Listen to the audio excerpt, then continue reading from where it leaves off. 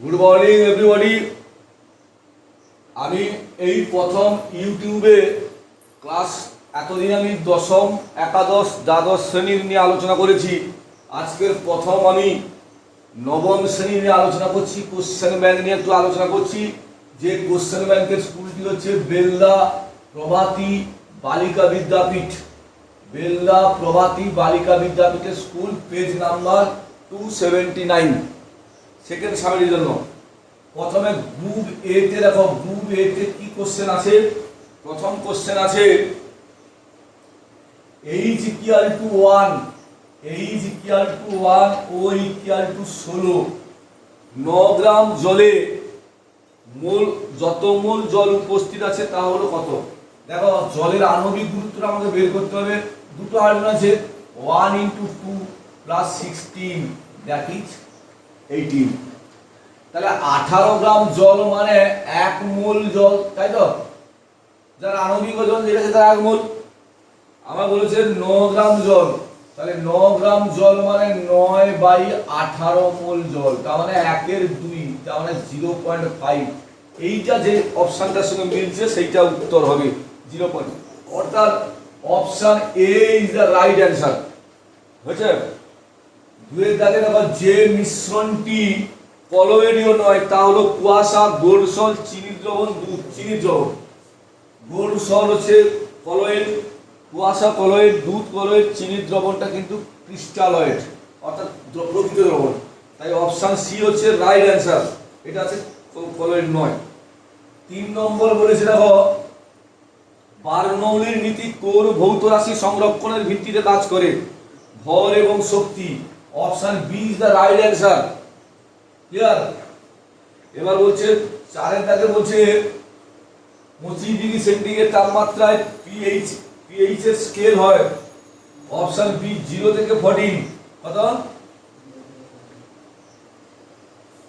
আচ্ছা, এবারে বলেছে কিলোওয়াট ঘন্টা কোন ভৌত রাশি একক? শক্তির একক, অর্থাৎ option A is the right answer. 6 দাগে হচ্ছে ইয়ং গুণাঙ্কের এসআই একক কি? Newton per metre square, newton per metre square, অর্থাৎ option A is the right answer. 7 দাগে বলেছে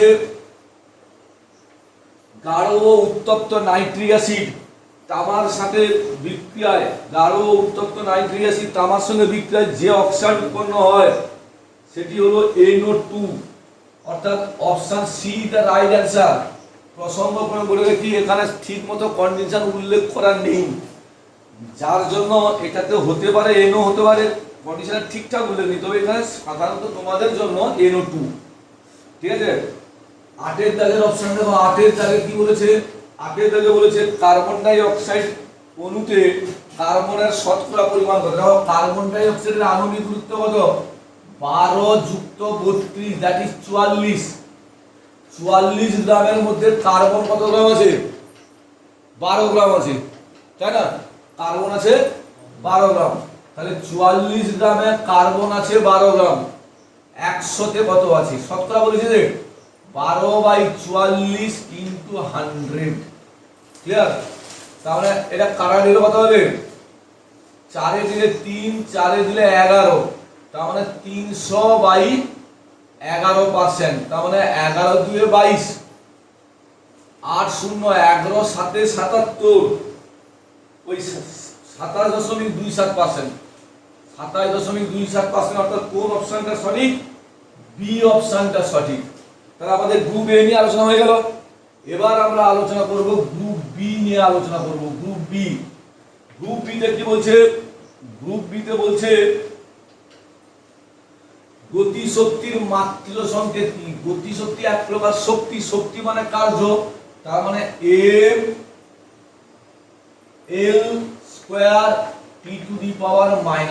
এটা হচ্ছে মাত্রা, গতির মাত্রিয় সংকেত। 2 বলেছে কি? 2 বলেছে যে প্রান্তীয় বেগে গতিশীল বস্তুর আপাত ওজন কত? 0। ক্লিয়ার? এর অর বলেছে কি? অর বলেছে কৃত্রিম উপগ্রহে আর্কিমিডিসের নীতি প্রযোজ্য হবে কি না, কারণ এটা ওজন সংক্রান্ত, আর কৃত্রিম উপগ্রহে কোনো বস্তুর ভর থাকে না। হলো? কোশ্চেন নাম্বার 3 কি বলেছে? 3 বলেছে পিতলের দ্রাবক এবং দ্রাবক কোনটি? দ্রাবক হচ্ছে জিঙ্ক, দ্রাবক হচ্ছে কপার। বুঝছে? এবার দেখো 4 দাগে বলেছে, দেখো 4 দাগে কোশ্চেন বলেছে সত্য মিথ্যা রবার স্টিল অপেক্ষা বেশি স্থিতিস্থাপক না। ভুল তথ্য। ইস্পাত বেশি স্থিতিস্থাপক। শূন্যস্থান পূরণ করো। 1 মিলিমোল সমান কত মোল? 10⁻³ মোল। বুঝছে? দাঁতের এনামেলের মুখ্য উপাদান কি? দাঁতের জানো তোমরা? বলো তো। তাহলে দাঁতের যে এনামেল তার যে নিকেল। বুঝছে? এবার বলেছে প্রান্তীয় বেগ, তোমরা তো জানো কাকে বলে সংজ্ঞা। কোনো বস্তুকে মানে ঘর্ষণহীন অবস্থায় কোনো তরলের মধ্যে মুক্তভাবে পড়তে দিলে সে যে বেগ প্রাপ্ত হয় তাকে বলা হয় কি বলা হয়? প্রান্তীয় বেগ। এবারে গ্রুপ সি নিয়ে আমরা আলোচনা করবো। গ্রুপ সি নিয়ে আমরা আলোচনা করছি। গ্রুপ সি বলেছে সাইফনের দুটি ব্যবহারিক প্রয়োগ। তোমরা তো জানো সাইফনের ব্যবহারিক প্রয়োগ, তোমরা জানো, এগুলো জানো।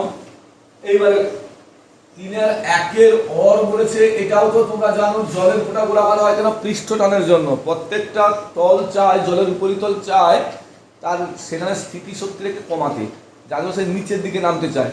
আর যে কোনো তলের তুলনায় গোলকের পৃষ্ঠতলের ক্ষেত্রফলটা আছে সবচেয়ে কম, গোলকের পৃষ্ঠতল, এই জন্য সে গোলাকার হয়। ঠিক আছে? 2 দাগে বলছে কেটে গেলে রক্তপাত বন্ধ করার জন্য ফটকি লাগাতে হয় কেন? কেটে গেলে রক্ত বেরোবে। রক্ত এক প্রকার কলোয়েডীয় দ্রবণ, যার কণাগুলি ঋণাত্মক তড়িতে আহিত। ফটকির সংকেত কি? K2SO4 Al2SO4 whole 3 24H2O। অর্থাৎ হচ্ছে ফটকির মধ্যে Al3+ আয়ন কাটা স্থানে ঘষলে, মানে ফটকিকে ঘষলে তার Al3+ আয়ন রক্তের কলোয়েড কত নেগেটিভ কণা, আর এই তো পজিটিভ কণা, নেগেটিভ কণাকে আকর্ষিত করে কাটা স্থানে সঞ্চিত করে, ফলে রক্ত জমাট বেঁধে যায় আর রক্তক্ষরণ বন্ধ হয়ে যায়। ক্লিয়ার হলো? 3 দাগে কি বলেছে? 3 দাগে বলেছে 12.044 × 10⁻23 সংখ্যক অ্যামোনিয়া অণুর ভর কত? আমরা জানি 6.023 × 10⁻23 সংখ্যক অ্যামোনিয়া অণুর ভর হচ্ছে 17 গ্রাম। তাহলে 12.044 × 10⁻23 সংখ্যকের ভর কত হবে? 17/6.023 × 12.044 × 10⁻23। তাহলে 23 কেটে গেল, এইটা কাটলে 2, তাহলে 17×2 34 গ্রাম। অ্যান্সার হবে কত? 34 গ্রাম। হলো? এবার দেখো 4টা এর অর্থ লাগবে তোমাদের। 4টা দেখো, কস্টিক সোডা দ্রবণে অ্যালুমিনিয়াম চূর্ণ যোগ করলে কি ঘটে? দেখো 2Al + 2NaOH + 3H2O যদি বিক্রিয়া করানো হয় তাহলে sodium aluminate NaAlO2 sodium aluminate দ্রাব্য উৎপন্ন হয় এবং হাইড্রোজেন গ্যাস উৎপন্ন হয়। অর্থাৎ কস্টিক সোডা দ্রবণে অ্যালুমিনিয়াম চূর্ণ যোগ করে উত্তপ্ত করলে দ্রাব্য সোডিয়াম অ্যালুমিনেট এবং হাইড্রোজেন গ্যাস উৎপন্ন হয়। এর অর বলেছে আম্লিক অক্সাইড কাকে বলে? যে সমস্ত অক্সাইড ক্ষারকের সঙ্গে বিক্রিয়া করে লবণ ও জল উৎপন্ন করে তাকে বলা হয় ক্ষারকীয় আম্লিক অক্সাইড। আম্লিক অক্সাইডের উদাহরণ কি? CO2, SO2, P2O5, এগুলো আম্লিক অক্সাইডের উদাহরণ। যে কোনো অধাতুর অক্সাইড হচ্ছে আম্লিক অক্সাইড।